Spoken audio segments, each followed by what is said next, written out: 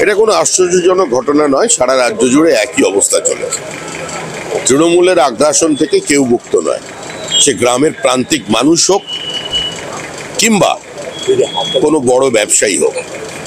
আজকে পশ্চিমবঙ্গে শিল্প সম্ভাবনাকে ধ্বংস করেছে তৃণমূল কংগ্রেস, এবং অনেক মাঝারি ব্যবসায়ী আছেন যারা পশ্চিমবঙ্গে বিনিয়োগ করতে চান, তারা আসতে পারছেন না বা তারা বিনিয়োগ করার উৎসাহ দেখাচ্ছেন না। এই কারণে বলছেন ববি হাকিম বলছেন শ্রমিক যতই চেষ্টা করুন সংখ্যালঘু ভোট পাবে না। দেখুন, আমি তো সংখ্যালঘু ভোট পাওয়ার জন্য কোনো আবেদন করিনি। ববি হাকিমদের রাজনীতি মুসলমানকে মুসলমান বানিয়ে রাখার রাজনীতি, মুসলমানকে মনুষ্যত্বের মর্যাদা না দিয়ে তাদের ভোটার বানিয়ে রাখার রাজনীতি। আমরা বলেছি যদি মুসলিম ভাইরা আমাদের ভোট নাও দেন তাহলেও আমরা পশ্চিমবঙ্গের তৃণমূল কংগ্রেসের বিসর্জন ঘটিয়ে দেবো, কিন্তু মুসলমানদের চিন্তা করতে বলেছি এটাই যে ববি হাকিমের মেয়েরা কোন কলেজে পড়েছে, কোন স্কুলে পড়েছে।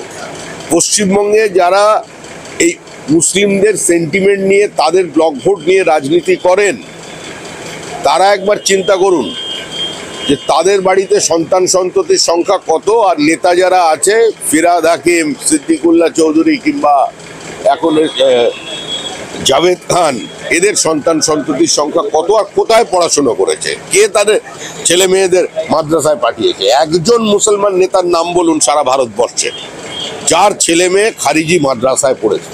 সুতরাং ভোটের সময় তাদের কথা মনে পড়বে, ভোটের সময় মাথায় ফেজ টুপি পরে তারা পৌঁছে যাবে, চলবে না। আর ববি হাকিম তো এরকম ছিলেন না, উনি তো দুর্গা পুজো করেন, উনি তো নামাজি হিন্দু ছিলেন। আমি তো ববি হাকিমকে জানি নামাজি হিন্দু বলে।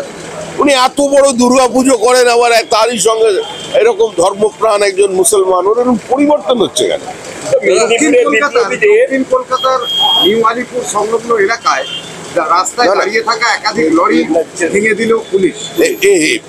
মেদিনীপুরে বিপ্লবীদের সন্ত্রাসবাদী আখ্যা, বিদ্যাসাগর বিশ্ববিদ্যালয়ের ইতিহাস পরীক্ষার প্রশ্নপত্রে মুখ্যমন্ত্রী শিক্ষামন্ত্রীকে ইমেল করেছেন আপনারা।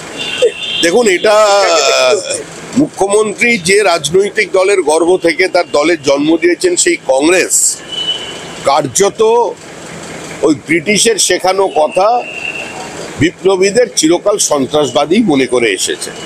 কংগ্রেস বিপ্লবীদের মিসগাইডেড প্যাট্রিয়ট বলতো।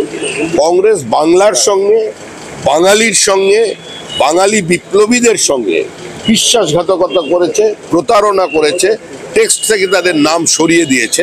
আর তারই গর্ভ থেকে জন্ম নেওয়া তৃণমূল কংগ্রেস এখন বাঙালি, বাংলার অস্মিতার কথা বলছে।